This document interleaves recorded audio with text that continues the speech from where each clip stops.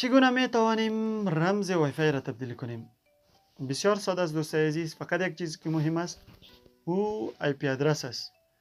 شما یعنی باید آی پی ادرس یه راوتر تان یاد داشته باشین تا بتوانین رمزش را تبدیل کنیم. حالی آی پی ادرس در کجا می باشه و چه قسم می توانیم پیدا کنیم؟ سلام و خسته نباشید دوستای عزیز. ما سلیم سمر در این ویدیو براتون می خواهیم طریقه تبدیل نمودن رمز وای فای براتون یاد بدم. بسیار ساده است دوستای عزیز. قسمی که گفتم فقط یک چیزی که مهم است او آی پی ادرس است. آی پی ادرس هم در عقب وای فای تان می باشه، عقب راوترتان یک کاغذ می باشه، بالای از نوشته می باشه. اگر کاغذ نباشه بازم میتونین، مشکل نداره. ما براتون میگم آی پی ادرس ها فرق میکنه از همه راوترها. دیگه تبدیل نمودنش در تمام راوترها یکسان می باشه، فقط یک آی پی ادرس فرق میکنه. از راوتر تی پی لینک 192.168.0.1 این آی پی ادرس که میبینین این می باشه. و از راوتر دی لینک 192.168.1.1 فقط دو عدد اخیر فرق میکنه در هر دو راوتر 192.168.1.1 از راوتر دی لینک می باشه 192.168.0.1 از راوتر تی پی لینک می باشه. دیگه بسیار ساده است دوستای عزیز. میرم طرف ویدیو، در داخل کروم براتون نشان میتم. بسیار ساده است، در تمام راوترها یکسان چنج میشه، فقط آی پی ادرس فرق میکنه، او را هم براتون راهنمایی کردم. دیگه میرم طرف ویدیو امروز خدا آغاز میکنیم. دیگه دوستای عزیز آمدیم به صفحه موبایل خود. میایم در کروم، داخل سرچ کروم نوشته میکنیم 192.168.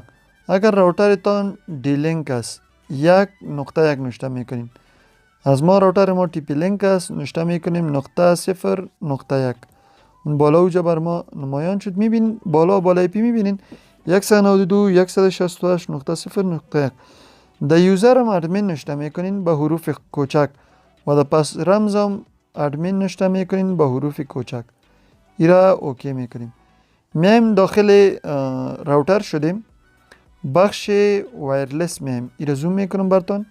بالای وایرلس کلیک میکنیم و آپشن دومی وایرلس سکیوریتی اینجا کلیک میکنیم و اینجا هم رمز خدا تبدیل میکنیم. اینجا میبینین وایرلس پاسورد، این بغل براتون نشان بدم. وایرلس پاسورد، این بغل بالای رمز خود کلیک میکنیم و رمز خود تبدیل میکنیم.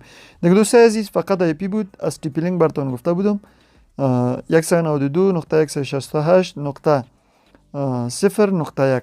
از راوترهای دی لینک این تی پی لینک بود. میبینین بالا 192.168.0.1. از دی لینک است 1 است و از راوترهای هواوی همشان در عقبشان نوشته می باشه. شما میتونین از اینجا پیدا کنین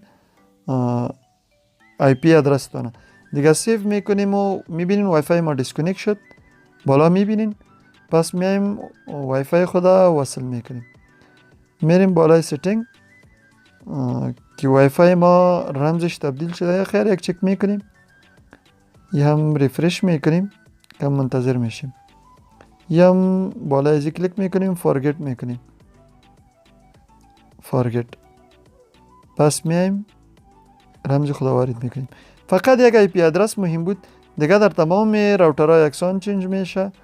داخل وایرلس میرین و بعدا وایرلس سکیوریتی انتخاب میکنیم و چنج میکنیم. دیگه رمز خدا وارد میکنیم و جاین میکنیم.